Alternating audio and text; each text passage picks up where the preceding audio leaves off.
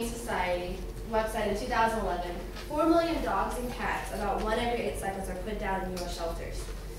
Animal overpopulation and euthanasia rates have been skyrocketing. The best and most efficient solution is to spay and neuter your animals.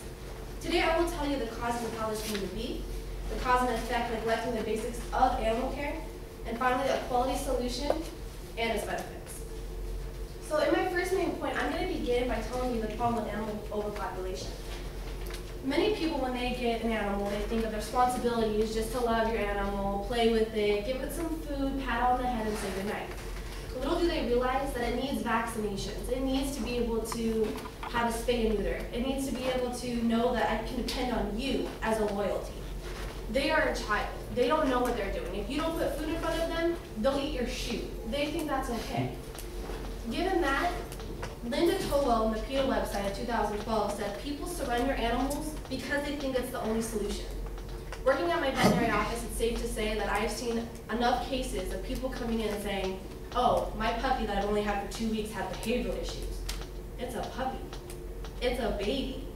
According to, or going on with that, it's also, they say, oh, I'm moving. These are just excuses. They just don't want the responsibility anymore that they've already taken. Obviously, you can't get a refund and take your dog back.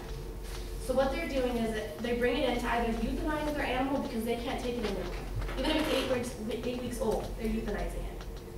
But those cases I would rather have because at least they're making an effort to bring it in. In turn, most people just abandon them on the side of the road. They're too cowardly to try and take into the effect that they could be something more. Do something more. Find a home for something more. In the Journal of Applied Science in 2005, a collection of veterinarians said it's least likely for animals that are altered to be abandoned. In 1 year alone, 667 dogs that were altered, which are spayed or neutered, were put down in the shelters. 27,020 dogs were put down that same year who were not fixed and not spayed and neutered. This is going to take me into my next point of the cause and effect of animal abandonment. The RSPCA News article in 2010 said that 4,966 dogs were abandoned in 1 year. I continued on researching and I found this amazing woman who did an article for the Animal Rights Activist. Her name is Susan Donaldson. In 2012, she said, shelters and pounds that put millions of animals to death every year like to use the word euthanasia.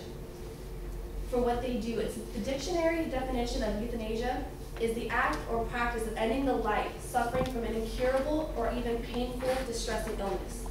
Shelters and pounds do not euthanize their animals. The majority of animals that go into the shelter are healthy. They are non-aggressive, they are rehomable, they are adoptable animals. Every day, because there's not enough people adopting, sponsoring, or even fostering an animal, they're being put down and abandoned. In the DMV, or DVM Veterinarian magazine in 2011, an interview with Andrew Kaplan said that 5 to 10 million dogs and cats each year are killed. That's 25,000 animals a day. We could kill every animal in the shelter, every single one of them, and overpopulation will be cured for 1 day. That's it. Prevention is what solves everything. Which leads me into my next point. The solution, the ultimate solution that can fix everything. In most cases, animal owners who can make the decision to abandon their animals probably never even gave a thought or consideration to spaying and neutering their dogs. Therefore, my last and final point is exactly what I'm going to explain. There's 2 different ways you can spay and neuter your animal. A spay goes to a female, which is basically, and then a neuter goes to a male. So I set up a beautiful diagram.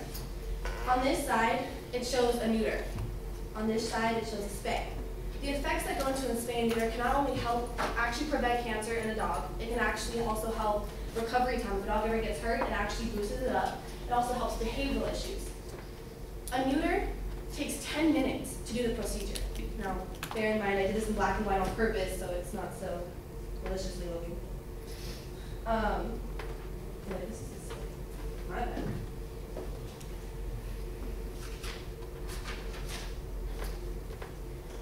Boys have the outward testicles. Okay. The incision site on a spay and neuter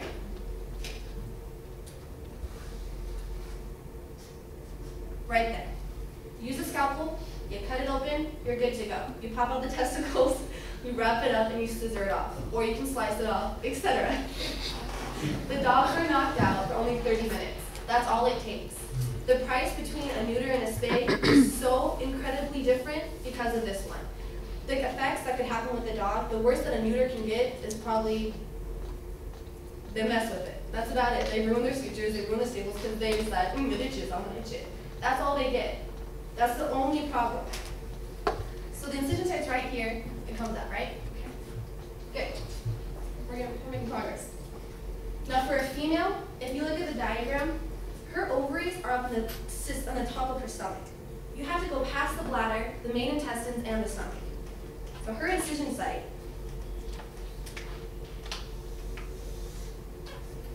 right there.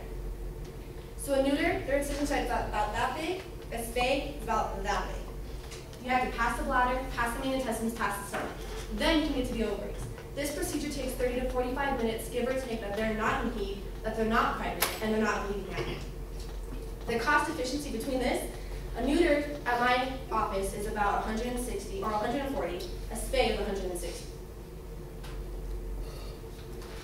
A dog gets knocked out through the vein for a neuter.